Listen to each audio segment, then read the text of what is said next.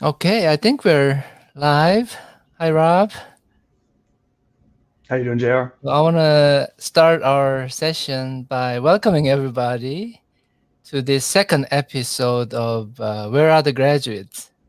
So we recently started doing the show, and my second guest today is Rob Sweeney, and I'm So going wait, to have him. I'm not your first. I wasn't your first guest then.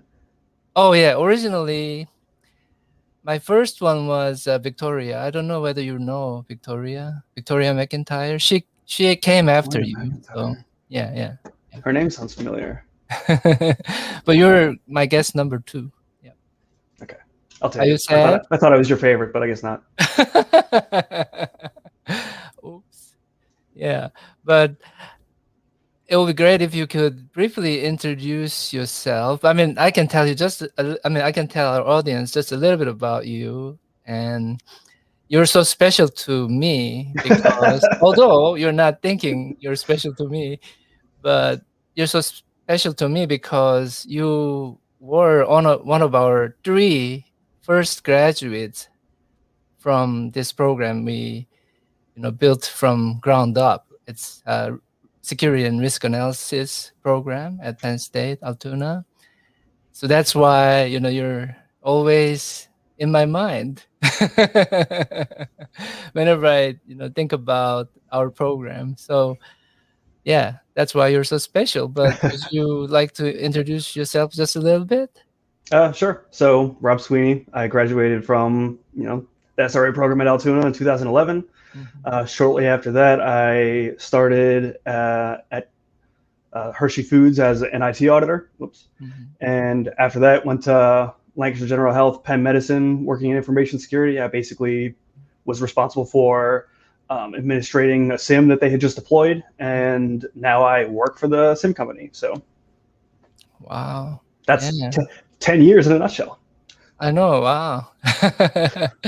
That's a wow. Yeah, very I would say exciting, career path you've led over the past 10 years. I cannot believe that you graduated actually back in 2000, was it 11. It's been 10 years. 11? Mm-hmm. Wow. So yeah, that's amazing. Yep. 2011. Been 10 Yep. years. Wow. Yep. Yep. Yeah. So I finished in May of 11, and then started working at Hershey yeah. in June. And I still remember, those times I had you in my classes very vividly, which is, Oh yeah, yeah.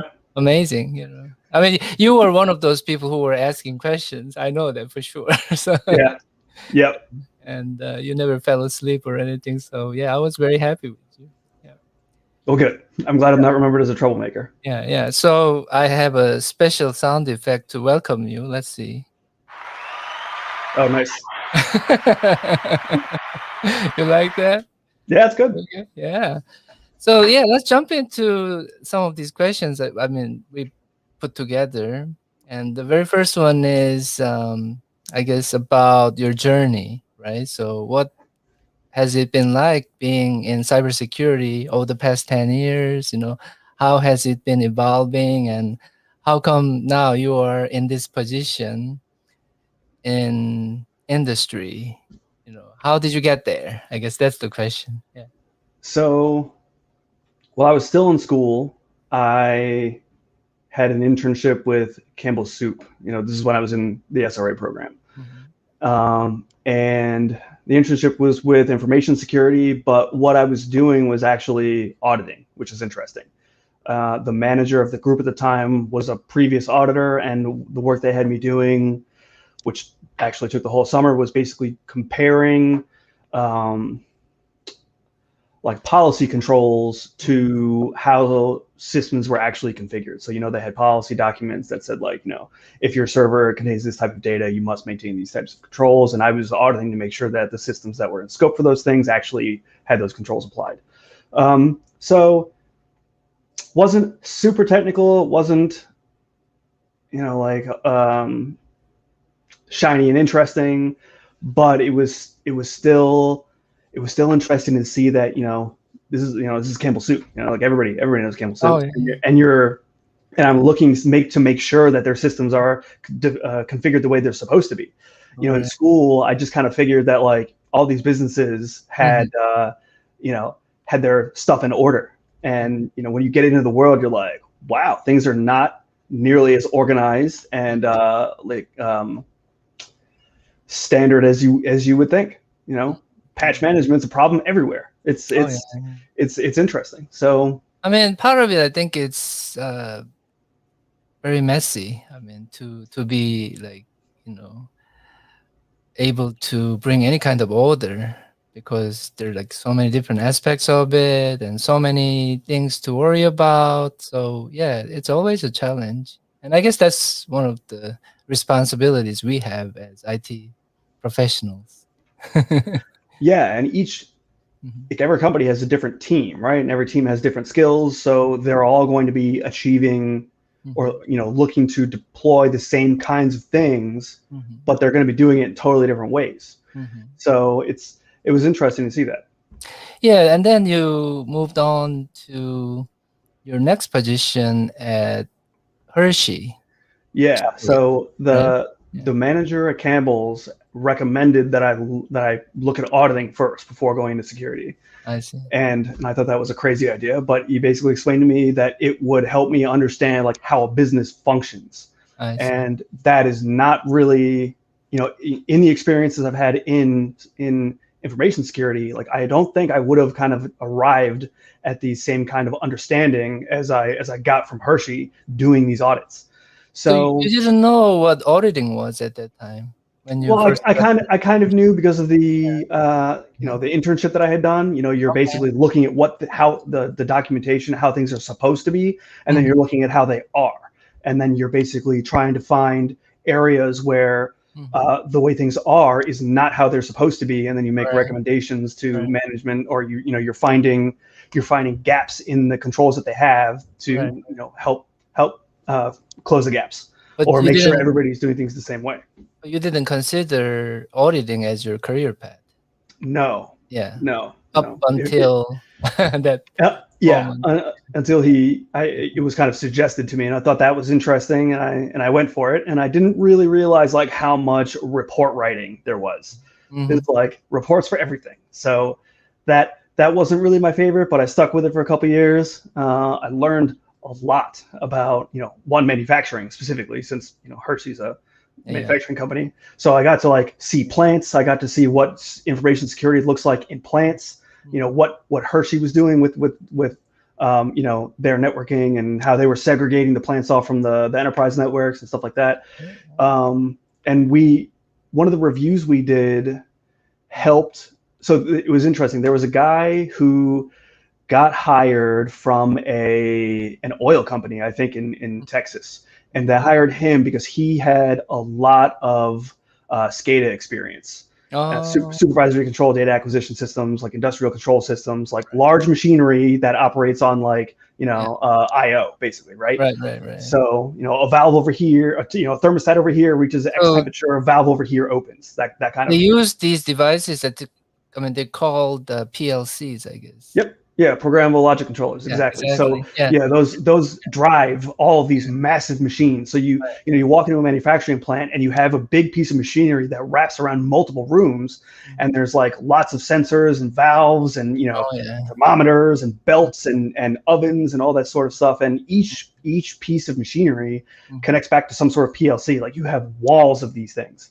Yeah. And you know, they're manufactured by there's probably like 5 or 6, you know, major companies that are making these things. I have a quick question. So your next job was Hershey and the first job was Campbell Soup. Yeah. Is there any reason why you were working for food companies? What was the attraction?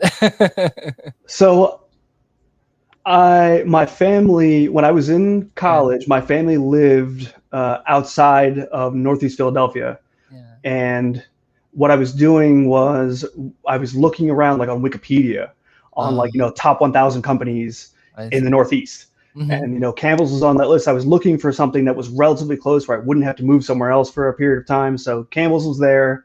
So I applied, went through, got the got the internship, and then after that, I basically did the same thing. Went through Wikipedia, looked at the Fortune 500 list for the Oh, wow. Northeast, and was like, I live in Philly. Hershey's like, an hour and a half, 2 hours away.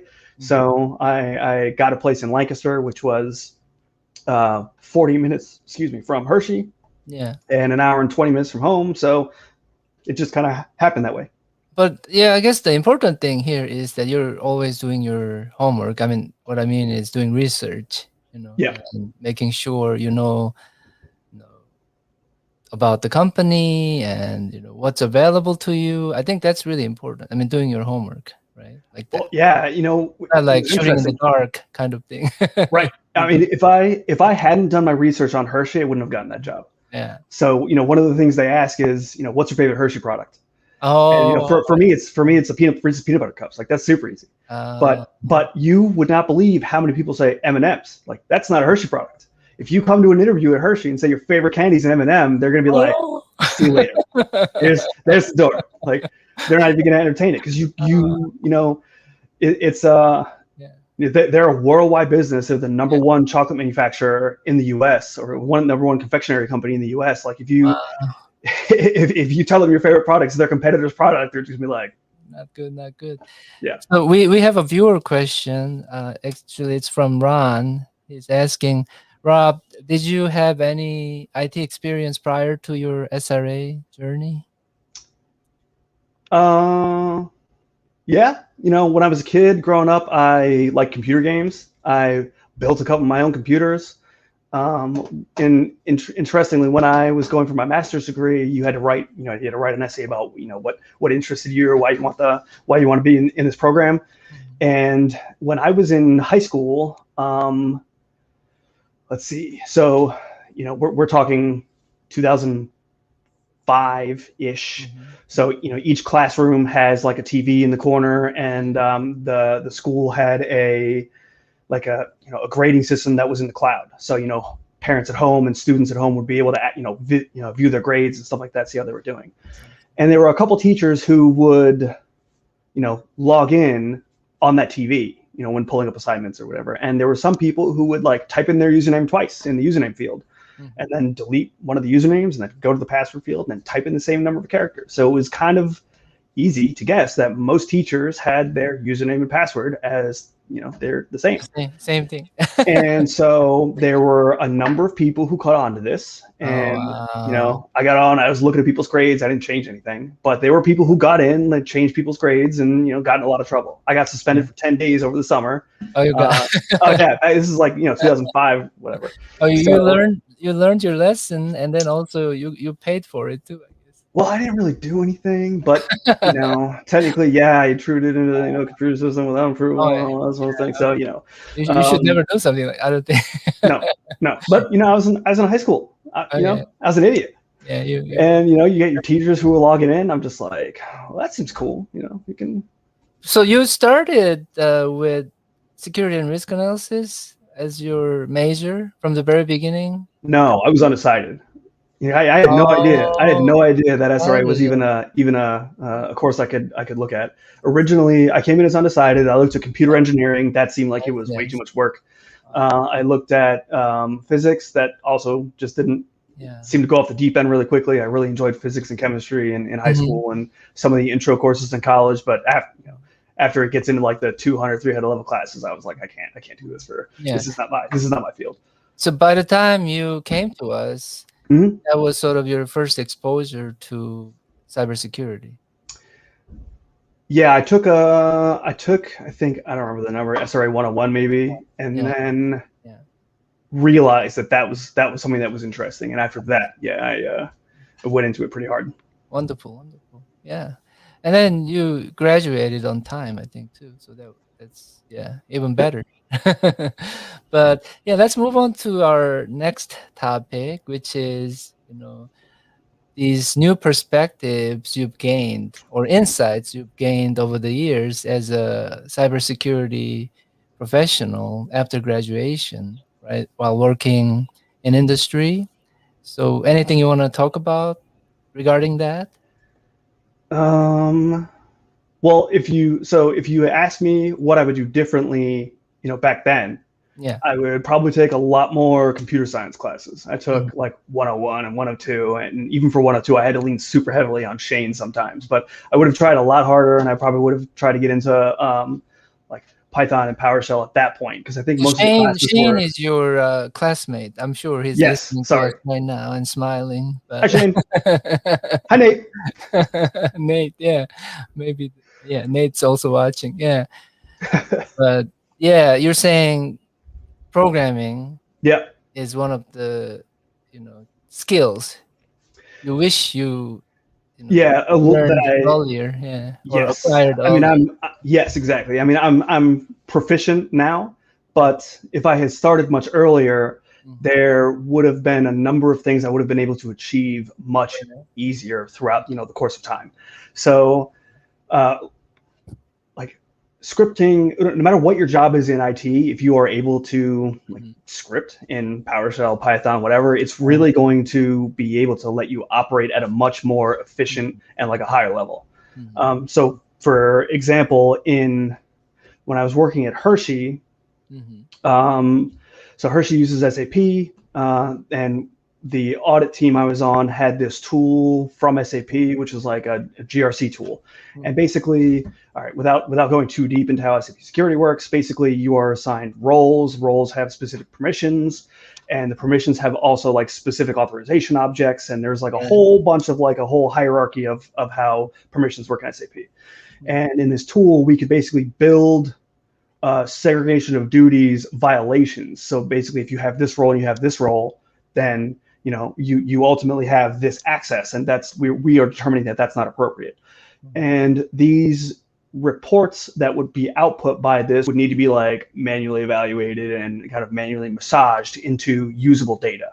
Mhm. And I wasted lots and lots and lots of hours over the 4 years that I worked there, manually massaging these reports. And if I knew at that time like how to script, I probably could have written like an API call that would have just like Oh returned yeah, all the data that I was looking for yeah. and just been done with it. It could have Um, made your job much easier. yes, I could have Less worked much laborious. less harder. Yes, much less Yeah, hard. yeah. I mean, I think, yeah, scripting, I think, is really essential, and yeah, if you Yeah, know how to program, it makes a definitely, lot of things easier. yeah, you can make a Yep. huge difference. And And yeah. one thing that I've kind of is surprising to me today Mhm. is that when I was in school, Mhm. if you took computer science, you were working in C++, something like that, Right. or you're taking Java or something like that. But Mhm. there were no courses in PowerShell. Mhm. And I mean, every organization that I've worked at or talked to someone Right, right. uses PowerShell. I mean, it's Yeah, integrated with Active Directory. Like every right, organization uses Active right, right, Directory, right? yeah. So nowadays when I'm writing automation, it's Mhm. primarily in PowerShell because I'm like, Oh, that so makes so sense. Yeah. the way the product. All right, so Mhm. I work for Logarithm Sim Company. Mhm. It has this feature called Smart Response, and you can pretty much code anything you want. Mhm. And when you can build a correlation rule to trigger on Rob logged in today. And Mhm. then if I want to play a practical joke on someone, I can take that log and basically write this script that says whenever whenever a Mhm. person or this person logs into any machine, log them Right, off. right, right. And you Oh, can yeah, you yeah. can do Yeah, all sorts of stuff. So right, right. Yeah. And when go ahead. yeah, PowerShell is basically a mechanism you can use to automate things on your Windows operating systems. Well, it does And a lot more than that though. right, I right. mean, But you right, can make web calls, REST calls. right. It's super powerful. Yeah. So Rob's talk. I'm just trying to Oh, explain, sorry. what you're talking about a little bit to the audience, Sorry. but in case they don't know what PowerShell is, but yeah, it goes much beyond, I guess. Yeah, those types of basic things. But basically, you can control anything on your computer Pretty using, much. yeah, that scripting language. So I think that's why it's so important to know these things to automate things in general. And I mean, you mentioned something about us not teaching these, particular Mhm. type of languages, and I think our focus is more on teaching students how to program. So what Mhm. language they use doesn't really matter, but a lot of times I think, yeah, one of the responsibilities we have as teachers is to remind students of taking their own initiatives to learn Mhm. these types of things, because we lay the foundations, but they need to build on that foundation, and they have to take their own initiative to learn these things. And we of course have to tell them what things to learn, like Yeah. PowerShell or And you just like what you teach needs to be relevant, right? Mhm. I mean, if you would probably learn Java if you are going to Right, try writing like an iOS app mm, or something like right, that. right, right, right. But in none of the organizations that I've worked in so far, Mm, like Java would not have been super helpful. mhm. But It depends. So, like for example, my son, for example, he just got a job at a company, and all he does is Java pretty much. So, oh, really? so it all It depends. depends. That's true. Yeah, You're right. That's depending true. on what you're doing, I guess. But we have another viewer question. I mean, it's Ron, but Ron says, I'm a Penn State World Campus Security and Risk Analysis student graduating next semester. What advice would you give someone like me who is transitioning from a 30-year career in law enforcement and investigation, but no experience in IT other than what we do and learn in the SRA program? Yeah. Interesting. Yeah. So, Yeah.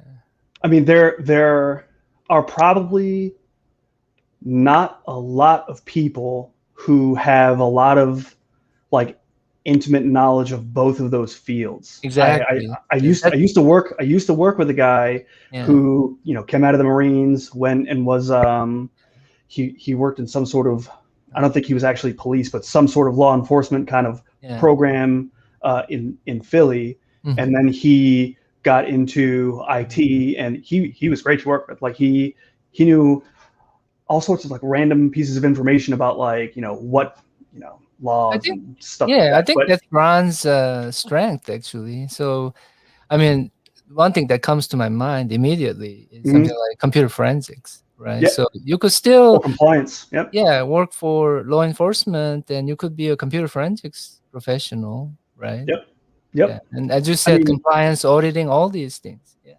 Mhm. yep. Yeah. It and kind of like JR said, the field is so wide. Like Mhm. IT is so wide. It really depends on what you want to do. Right. Having the knowledge of law enforcement, you certainly could probably go and like become some sort of expert in like a specific field. Mhm. And then a lawyer, I don't know how that works. I assume a lawyer with some sort of case is going to look for an expert to basically take data and explain it in a way that is going to make sense to a judge and to a jury potentially. Right. Right. So, So being yeah. able to make those connections is Mhm. important. Yeah, and I think what's really working out for Ron is that in a lot of these cases, students fresh right out of college, they don't really have that contextual knowledge, right? It takes years and years of work to really know more about the field they're working in. And in Ron's case, he already has that under his belt. So, I mean, definitely that's a huge advantage. That's what I, Yep. yeah. Mhm. Yeah, and I think really skilled IT resources are probably few and far between.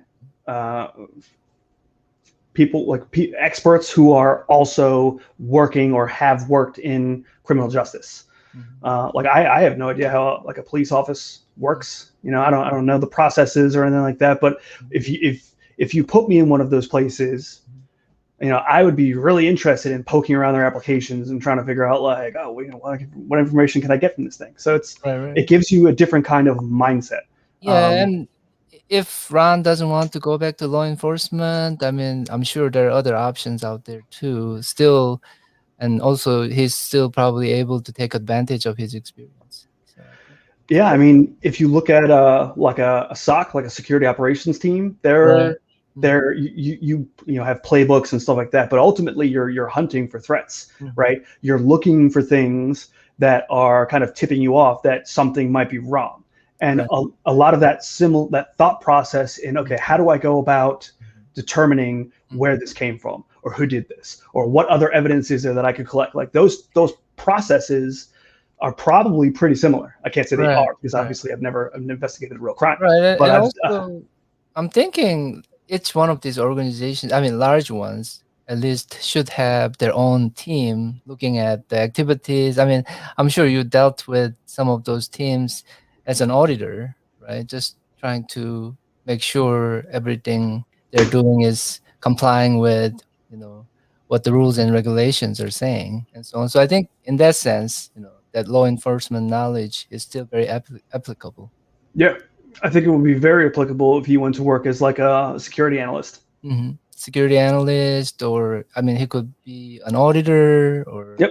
yeah, Yep. many, many, many opportunities. So I don't Yeah. think, Ron, you have to worry about anything there. Yeah. I would try to, honestly, the hardest thing to do is going to be find a field that interests you. Yeah, exactly. Okay, next topic. From your perspective, can you describe how the cybersecurity role you currently play impacts IT in general? So right now, my role is not directly, let's see, how do I explain what I do? So basically, I'm responsible for helping Logarithms customers achieve maturity in their platform faster. So I was a client for 5 years when I worked for Lancaster General Penn Medicine, and I actually was not looking to leave that job. I really liked that job, and I love my management. But they made me an offer I couldn't refuse, and so I came to work for Logarithm. So now I basically help customers achieve maturity with the tool. However they define success, I try to help them achieve it. So, it goes from taking data from the SIM, putting it into something like Power BI, and building visualizations, building correlation rules, building automation, onboarding log sources, helping build reporting. It varies. Right. So I think one thing I was wondering about was how these jobs you've gone through over the years sort of build on each other, right? Because I think that's how you maybe made your career so successful, because you weren't really wasting anything, right? So you were building on Yeah. your Campbell Soup job, and then we went to Hershey, and then once again, whatever you were doing, you're Hmm. on that to move on to the next position and so on. So I'm just curious how you did that. Yeah. I mean, it's kind of like really just what you said. At Campbell's, I got kind of introduced to auditing. Looking at how things are supposed to be and comparing it to how they are. And then I was able to use that experience to actually get a job doing that. And most of what I was doing at Hershey was reviewing areas in information security, whether it was like perimeter defense, whether it was SCADA. We did like a cloud security review. So I got introduced to all sorts of different kinds of facets of IT. And at the end, I was able to convince my management to let me work with the information security team there. And so they use one of our competitors, but that was my first introduction to SIM. And I'm just like, I can find everything in this thing. If I want to find out the last time my boss logged in, I can search for his username, and it comes up. So that was super interesting to me. And then I decided to look around for a job in information security, because I don't think at that time Hershey was going through some it's called downsizing, and I decided that it was a good time for me to look for another opportunity. So I happened to find Lancaster General looking for a security analyst for a SIM that they just deployed, and I was like, that sounds perfect. And it was interesting when I went into that interview. There are a lot of questions like, what port is LDAP? Oh wow. what about secure LDAP, and what about SSH and Telnet, et cetera, et cetera, et cetera. And they'd throw in the trick question like, what port is ping over? And so but outside of those questions, it was if you needed to look for a web server, if you needed to find out whether a web server was breached, how would you do it? And I was just like, I would look in the SIM. Yeah. so it depends. What kind of web server do you have? What kind of logs are on the web server? IIS. The port question you were talking about is also maybe difficult to answer sometimes because you could change those port numbers, right? And one of the security measures is to change the well-known port numbers so that these hackers have more difficult time to figure out exactly what port to attack and that type of thing. Yeah. I actually haven't seen that Yeah. done in I see. really anywhere, actually. I see. Oh wow.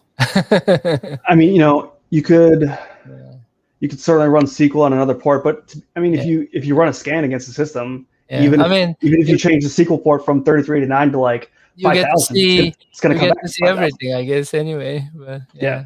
yeah. So But it yeah, depends. but one thing that stands out to me is you really found your interest at your job, right? So in this case, SIEM, Yep. so security information and event Event management. management, Hmm. SIEM, and then you really became good at it, Yep. and then that's how I guess you That's how the vendor ended up headhunting me. Yeah.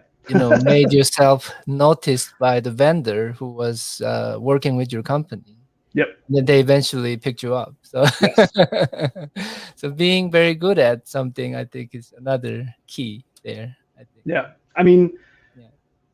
like Logarithm is a really cool product. Mm-hmm. There's, Mm-hmm.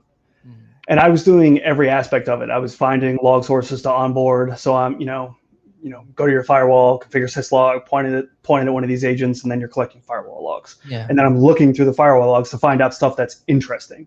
Right. And then I'm just kind of rinsing and repeating that whole process with all of our other tools. And so I'm getting familiar with like, what kind of information do I get from this firewall? What kind of information do I get from that firewall? Right. Right. What kind of information do I get from the IDS? What kind of information do I get from the WEF, et cetera? And then from there, I started looking at internal systems. What kind of information do I get from a web server?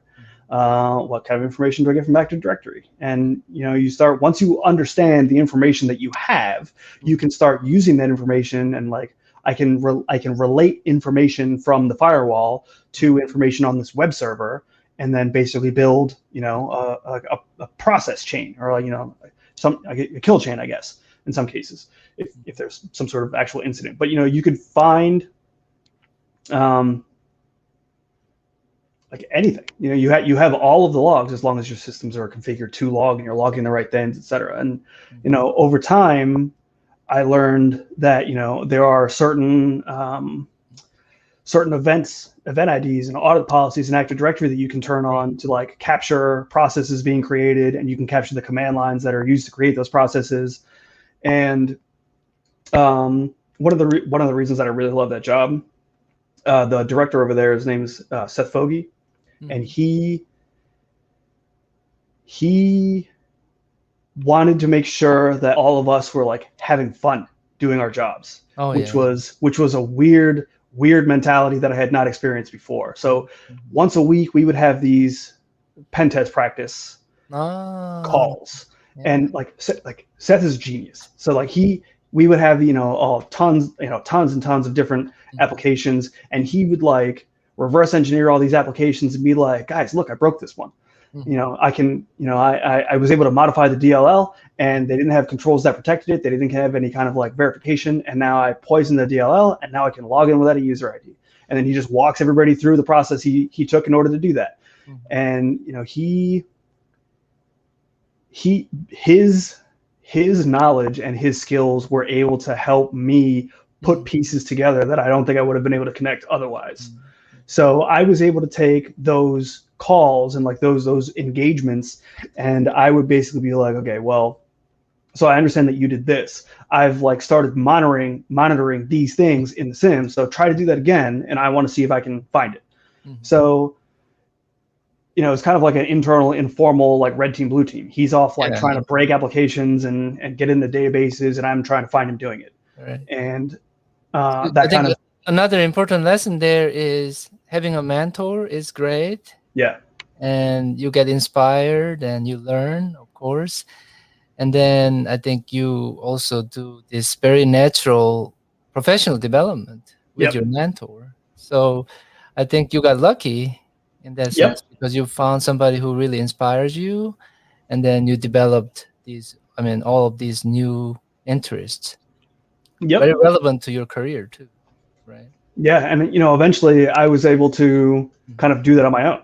Mm-hmm. So I would come to him and be like, "Hey, I found this web app that we have. It's internal, but it's vulnerable to SQL injection. Yeah. Here's all the information I got out of the database." Yeah, yeah. And he's like, "Okay, now you have to write it up and submit it to the what were they called? The compliance team, basically." So Yeah, we'd have to submit it to them, and they would follow up with the vendor and be like, "You have to fix this problem with your application because it's broken." So it was and very, very having interesting. fun while you're working, I mean, that's important. Also developing passion for your work. Yeah. That's another. Yep. Yeah. And I can definitely see lots of passion today when you're talking about these things. So it's Yeah, yeah. So you're in the right profession. That's what I can tell. I think so. I think so. It's always interesting. Mhm. And my job now is a little different, but there's still a lot of similarities. Yes. Um, So you've definitely come a long way, and yeah. I'm sure there's a lot more you could share, in terms of what you learned along the way. But I think we're kind of running out of our time here a little bit. So let me Go for it. move on to the next one, which is what sort of activities did you or do you try along the way that help inform your career? Yeah. I mean, a lot of it was at Penn Med when I was doing these pen test practices.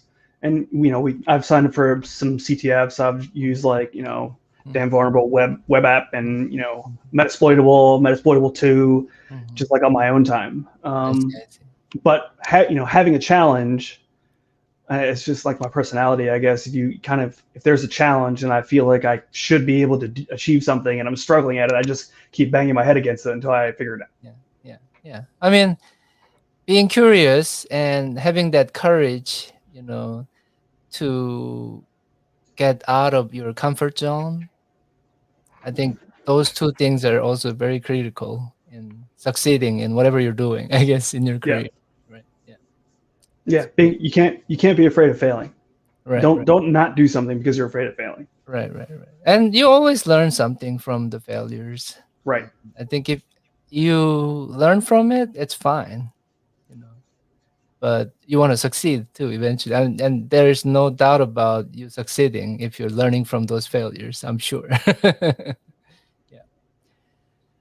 So I think the last topic I want to cover is your future.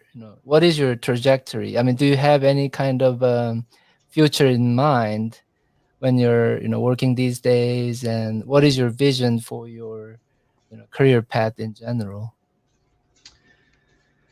It depends. It's kind of changed. When I was working at Penn Med, I was very, very happy, but I was, periodic on-call schedules. My boss was very flexible, but there were certain parts of the organization that were not flexible. Right. And now, I have a 17-month-old. I have twins on the way. Family is right now my top priority. So I'm as long as I'm happy with the work that I'm doing, that's really what I'm looking for. I see. Oh, I see. Yeah. So yeah, right now I'm I've been at Logarithm for nine months. I started in October of last year. Quality of life. 10 months. That's what you're talking. Yeah. I see. Yep. And Logarithm is great. I mean, it's very kind of family focused company. Everybody's super nice. I don't know if it's because they're a West Coast company, but the air out there is really good. They're in Colorado, so you live in the East Coast, right? Yep. Yeah, I work remotely. Yeah. So you have that flexibility, and I'm thinking that pandemic, we're going through right now, I mean, must have had an impact on how you work, but it wasn't probably too bad because you were already working remotely anyway. Yep. Right. Well, during the pandemic, I was at Penn Medicine, and we went to mandatory work from home at that point. and then it was after that I switched into law. Oh, But so yeah, you I was okay? already working from home for PenMed. So it's very recent you moved to this position, Yeah, basically. October of last year. Mhm. Oh, okay, I see. So it was right in the middle of the pandemic, pretty much. Yeah, yeah. Wonderful. Yeah, Rob, I think I really enjoyed our conversation today, and I'd love to like keep going, but I know you're busy, That's all right. and we're gonna invite you over again to have some, more conversations. But would you like to have any kind of comments you wanna leave as a parting gift to the audience, Um, to our yeah, audience? I guess just find something you enjoy, and then try to figure out how that can be a part of what you do for work. Mhm, I think I got lucky, to be honest. I landed in a job that had at PenMed, mhm, where a sim was just deployed. mhm, The team at that time was, I think, mhm, 6 people, mhm. and I was basically tasked with building the sim up from its deployment. Mhm, And the way I was mhm, evaluated was whether or not we caught the pen tester. mhm, So I thought that was awesome. I mean, my job is literally to find and catch the bad guys, and then find problems internally and try to help people resolve those problems. mhm, mhm, And the sim, in an organization with a mature sim, you can pretty much find, like, if someone somewhere is having some sort of problem with their system or their access, like, you can mhm, probably figure out what the problem is using the sim. mhm, So lots of people started coming to me for all sorts of things, mhm, and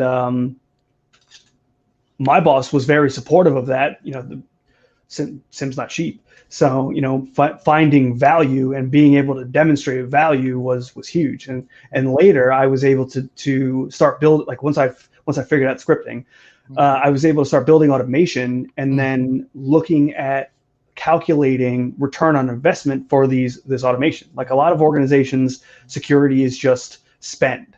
But I was able to find a way for my boss to basically say, like, look, we had this process, and if so, blocking bad IPs at the firewall. So if I see one IP address that's hitting us multiple times with, like, SQL injection or cross-site scripting, or some sort of remote code execution, I'll just block it.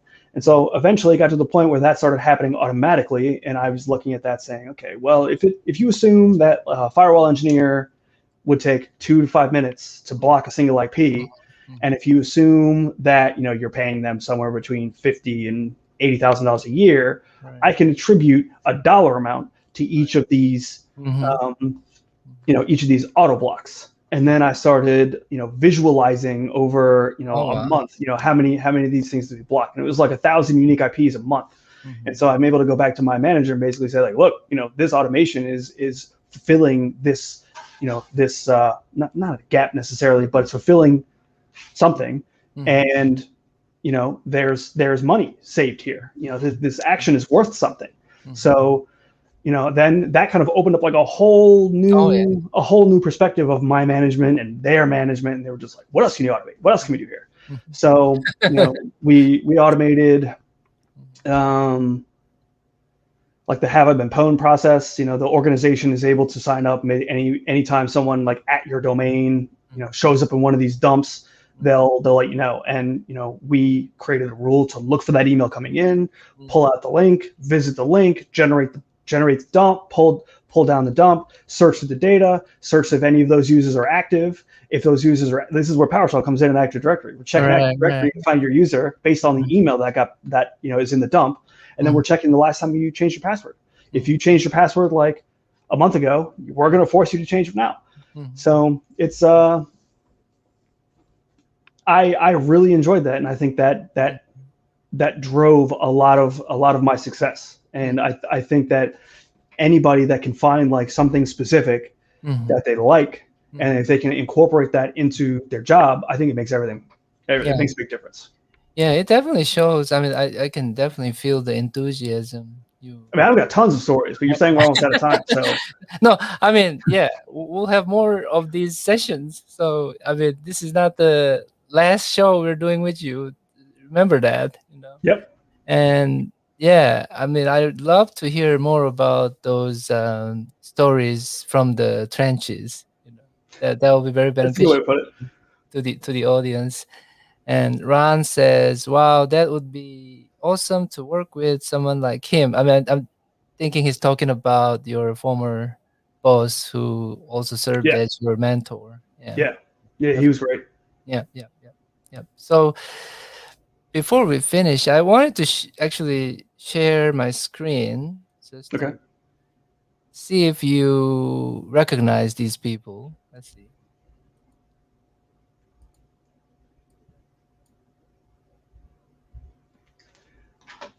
I mean, it's small, but it's me, It's too Cassie, and Megan. small. No, wait, is that Oh, me? Yeah, that is me. let me see. Oh, let's see if I can make it I big. mean, I recognize everybody else, but not myself. It's Yeah. funny. How about now? Yeah, Is it better? that's funny. I look like my brother in that picture. Weird. But anyway, let's see. Let me end the stop screen sharing. So yeah, that's actually from 10 or 2011. 11. Yeah. 2011, because that's when you graduated, pretty much. Yep. So I keep that record of everything, just like what you're doing at your work through SIM. This is my SIM, the photo. Yeah. But once again, thank you so much for joining me today to talk about these very interesting topics. And I look forward to our next conversation. Yeah, absolutely. Me too. Okay. All right, Dr. J, take Uh-huh. care. Bye. Don't leave yet. Okay.